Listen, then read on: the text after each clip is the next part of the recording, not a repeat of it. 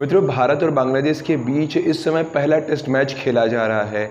हमारे खिलाड़ियों की कड़ी मेहनत के कारण हमारी टीम इस समय काफ़ी अच्छी स्थिति में है, लेकिन हमारे पास दो खिलाड़ी ऐसे हैं जिनकी स्थिति बिल्कुल भी ठीक नहीं है, और वो हैं रोहित शर्मा और विराट कोहली। इनमें से भी रोहित शर्मा को लेकर तो मुझे बहुत ज़्यादा आश्चर्य हो रहा है। रोहित तो कुछ ऐसा कर रहे हैं जिसकी किसी को उम्मीद ही नहीं थी। मित्रों, रोहित शर्मा बांग्लादेश के खिलाफ टेस्ट मैचेस में फेल हो गए हैं, नाकाम हो गए हैं। एक कप्तान के रूप में वो भले ही अच्छी कप्तानी कर रहे हैं, अपने अनुभव का प्रयोग करके अपनी टीम को सफलता दिला रहे हैं, लेकिन एक खिलाड़ी के रूप में वो फेल हो चुके हैं। अपनी पहली पारी में उन्होंने 19 गेंदों में मात्र 6 रन बनाए थे और पवेलियन लौट गए थे। उसके बाद अपनी दूसरी पारी के अंदर जहां पर उनके चलने की उम्मीद थी, जहां पर लग रहा था कि वो चलेंगे, अपनी पिछली पारी में जो असफल रहे हैं तो उसका बदला लेंगे, यहाँ पर अच्छा करके दिखाएंगे, लेकिन यहाँ पर भी वो नहीं चल पाए।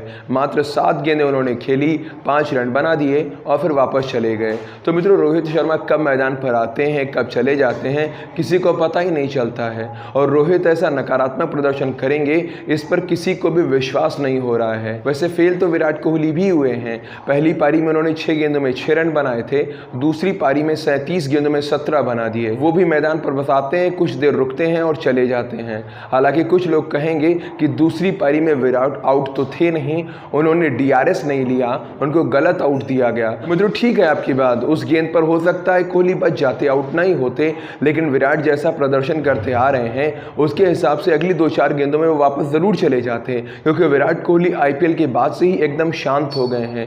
पूरा विश्व कप उन्होंने शांति में निकाल दिया, उनका बल्ला शांत रहा। श्रीलंका दौरे पर जहां पर बहुत ज्यादा जरूरत थी कि कोई तो बल्लेबाज चल जाए, कोई तो कमाल दिखाए, टीम की लाज बचा ले, वहां पर भी विराट के बल्ले से रन नहीं निकले। लोग तरस गए उनके बल्ले से रन निकलते हुए देखने के लिए, लेकिन विराट का बल्ला शांत का शांत बना रहा। वो मैदान पर आते रहे और आउट हो होकर वापस जाते रहे। तो यहां भी विराट आउट हो रहे हैं तो किसी को आश्चर्य नहीं लग रहा है, क्योंकि विराट अपनी फॉर्म में नहीं चल रहे हैं और वो आउट हो सकते हैं। पर रोहित शर्मा का इस तरह से आउट होना मन में हलचल पैदा करता है, क्योंकि रोहित विश्व कप से लेकर श्रीलंका दौरे तक लगातार अच्छा कर रहे थे। उन्होंने T20 विश्व कप के अंदर भी कुछ शानदार पारियां खेली थी, जैसे कि श्रीलंका के खिलाफ 92 रनों की पारी, जहां पर मिचेल स्टार्क की भयंकर धुलाई की थी उन्होंने। इसके बाद श्रीलंका में उन्होंने वनडे मैचेस के दौरान लगातार 2 अर्धशतक लगाए थे।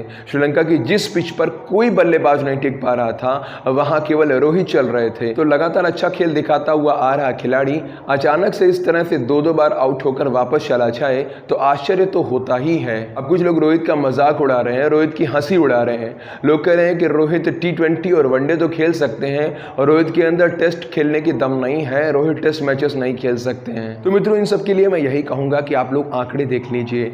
बांग्लादेश के खिलाफ टेस्ट मैचेस खेलने से पहले रोहित ने कुल 59 टेस्ट मैच खेले थे, इनकी 101 इनिंग्स में 4137 रन बनाए थे। उनका बैटिंग एवरेज लगभग 45 का रहा।